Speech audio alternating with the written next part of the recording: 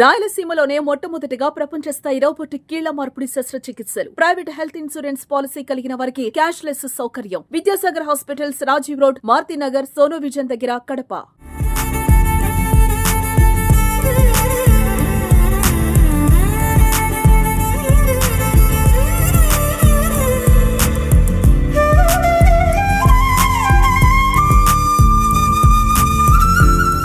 ఎక్కడ చూసినా మహానాడు పార్టీ ఘన విజయంతో అధికారంలోకి వచ్చిన తర్వాత మొదటిసారి జరుగుతున్నటువంటి మహానాడుకు కడప వేదిక అయింది. ఇప్పుడు రాష్ట్ర వ్యాప్తంగా ఉన్నటువంటి టీడీపీ నాయకులు, కార్యకర్తలు అందరూ కూడా కడప బాట పట్టారు. మరో కొన్ని గంటల్లోనే కడప వేదికగా మహానాడు అంగరంగ వైభవంగా ప్రారంభం కాబోతూ ఉంది. ఇప్పటికే రాష్ట్ర వ్యాప్తంగా ఉన్నటువంటి మంత్రులు, నాయకులు, ఎమ్మెల్యేలు, ఎంపీలు, కార్యకర్తలతో సహా, అభిమానులతో సహా అందరూ కూడా ఆయా మార్గాల్లో కడపకు వస్తూ ఉన్నారు. ఎక్కడ చూసినా కూడా అన్ని దారులు కడప వైపే సాగుతూ ఉన్నాయి. మనం విజువల్స్లో వెనక వైపు చూస్తూ ఉన్నాము.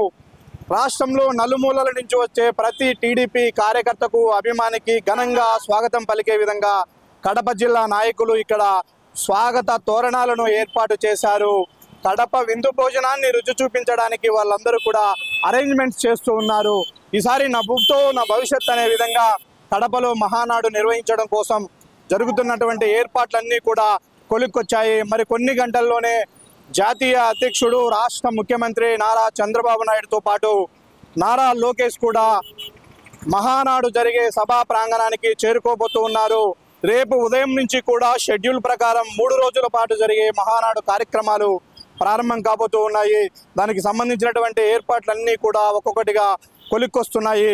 రాష్ట్ర వ్యాప్తంగా వస్తున్నటువంటి లక్షలాది మంది నాయకులు, కార్యకర్తలందరికీ కూడా ఒకవైపు వాళ్ళు విడిది చేయడానికి కావలసినటువంటి సౌకర్యాలతో పాటు 3 రోజుల పాటు వారికి భోజన వసతులను కూడా ఎక్కడ ఎలాంటి ఇబ్బంది కలగకుండా కమిటీలను ఏర్పాటు చేసి ఆయా కమిటీలకు కేటాయించినటువంటి బాధ్యతల ప్రకారము నాయకులందరూ కూడా నిమగ్నమయ్యారు.